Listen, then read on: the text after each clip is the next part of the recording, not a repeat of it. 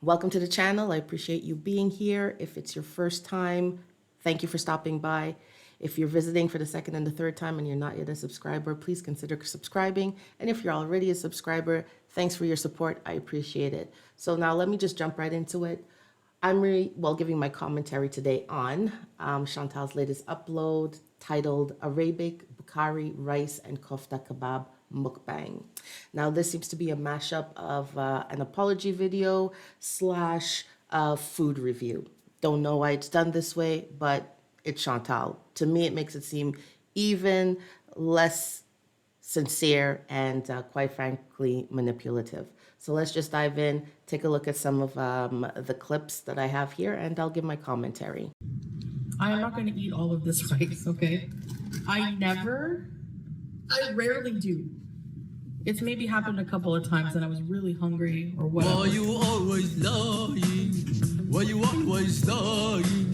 Hubble bubble homo stop lying. Onion pieces, some bread.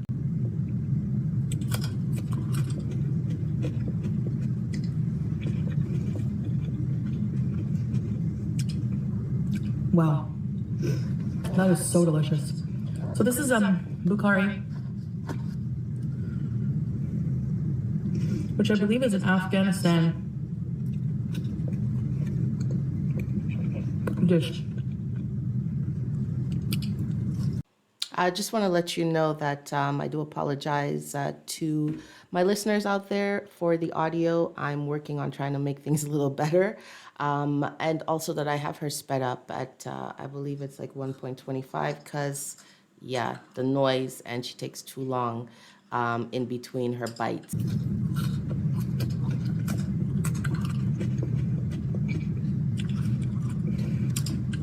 The rice is made, carrots, raisins, Arabic spices, and I have kebab.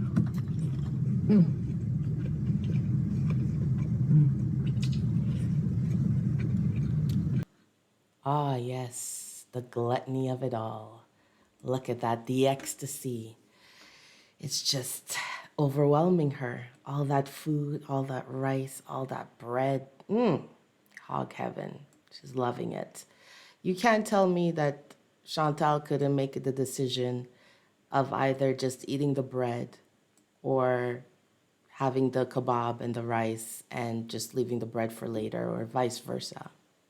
You know, we all have the freedom to make choices, and Chantal continuously decides to proactively make the wrong decisions.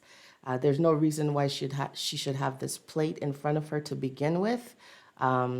She is a trad wife, a housewife who does nothing all day. So why she can't put together a meal herself? Laziness. I haven't had from this place in a while.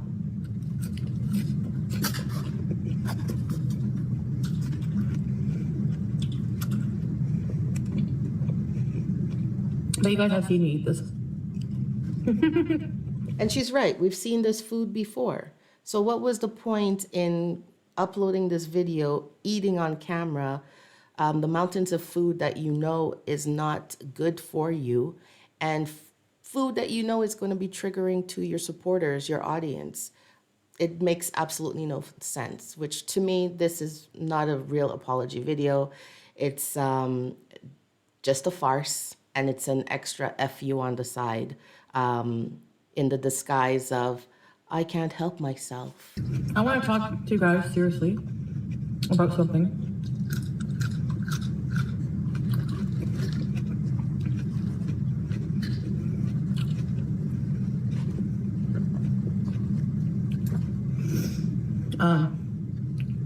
You know what's really scary is like these still shots look a little demonic. What I don't understand in all seriousness, why does she have to throw her head back like that to eat her food? It's a little unsettling. I don't understand it. Like, her mannerisms are just on another level. My challenge that I did set up to do that I didn't do. I'm First of all,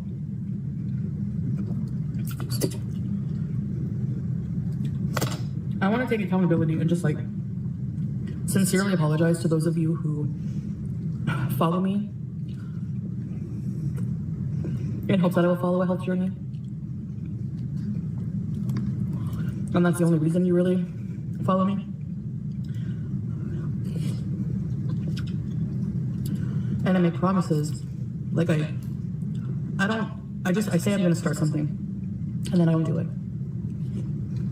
Ah, yes, the master manipulation of a manipulator. See how she does it there? Acknowledging, oh, yes, I know that I've told you guys that I would do this and I don't deliver on that. You know you do this continuously. She knows this. This is not a one-off incident with her. You know, this is not something that happens periodically, maybe once during a year. No, this is something that is habitual. She does it on purpose. And she knows she does it on purpose. And so now she's trying to make it seem like, oh, I recognize my fault and I'm going to change.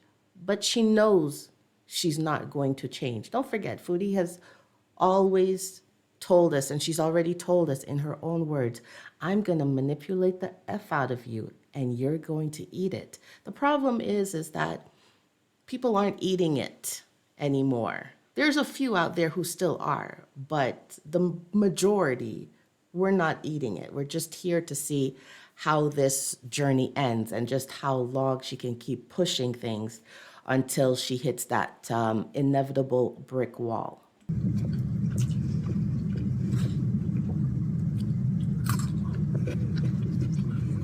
And I really don't mean to let you down. Chantal knows this is a bold-faced lie. You know, she said it herself.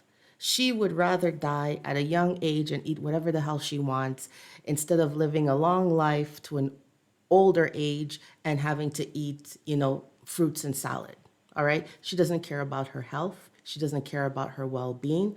She loves the gluttony and she loves to indulge. Even if you're an addict, in order for you to get better, you have to desire change. You have to want change. You have to have a reason to change. And until you have those, of course, with the professional help and so forth, to get you through it, then you're going to still be stuck in the same pattern. The important thing I should be focusing on is not starting these challenges, but just making like challenges, you know, just for content or the fun of it. This has to be like a lifestyle thing. Even though I did hope those challenges would become a lifestyle thing. I don't like getting people on board and cheering me on, and then to, you know,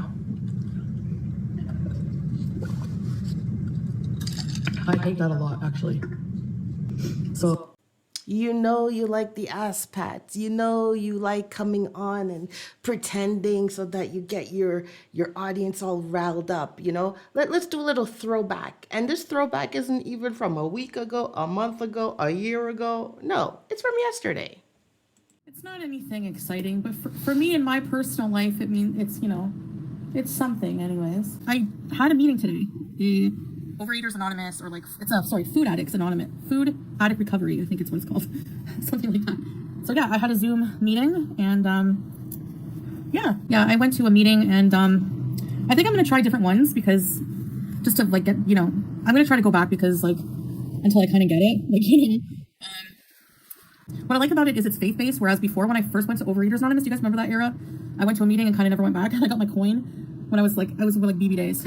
And I didn't get the faith-based part because I didn't believe in God at the time, really. So, but I like that it's like really faith-based also. And there's a lot of people that just like, when I was like seeing everybody, I was like, wow, pretty much everybody that was in that room has been abstinent for like years and years. All the people were like super, you know, just, hey, babe.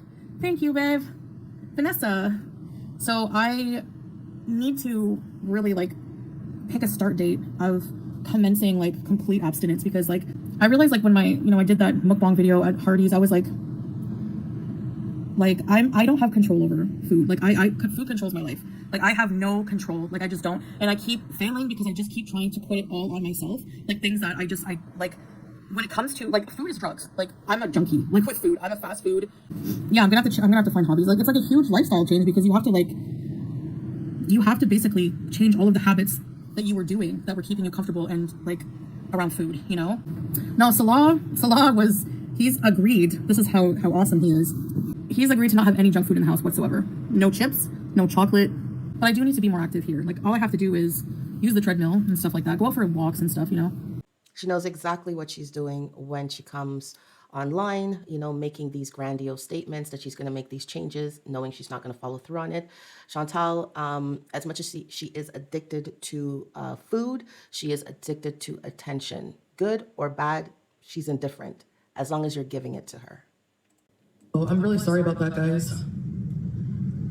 You know, I do have every intention when I start something. Like, I feel like I'm gonna follow, like, want to follow. I want to follow through. I just never can, you know? Even though the haters are the most vocal. Usually. I have to remember that there's a part of my audience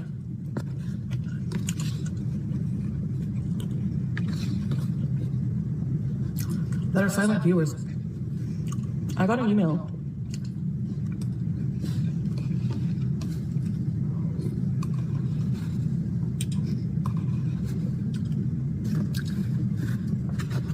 from someone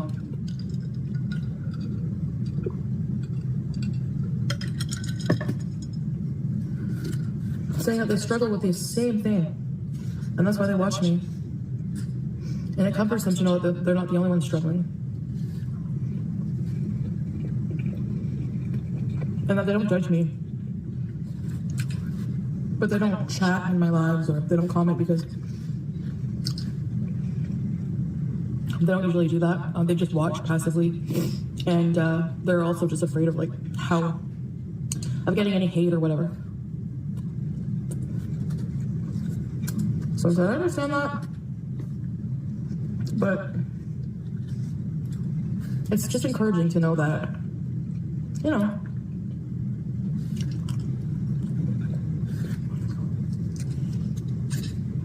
there are people like that.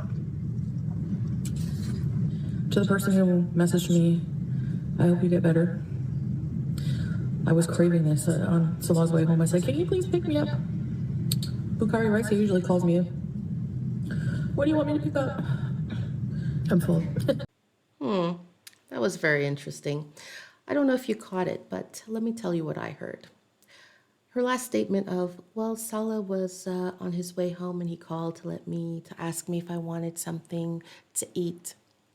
It made me wonder, why would Salah be calling you to ask you what you would like to eat, knowing that you are a food addict, that you have an issue with restriction, that you have diabetes, that you are struggling to manage, clearly, and you have other health-related issues. Why would he do such a thing? And when you look in her chat, you'll often see Salah saying, oh, babe, you got this, or he's telling the rest of her chats that he's motivating her, he does what he can to help her. Is this part of helping her?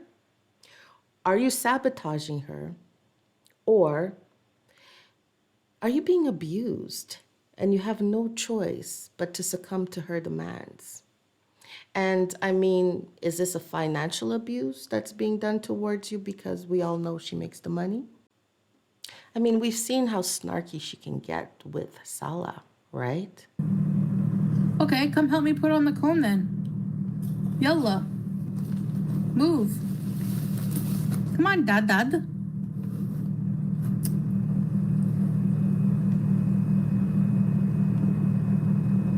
So, Salah, blink twice if you need help.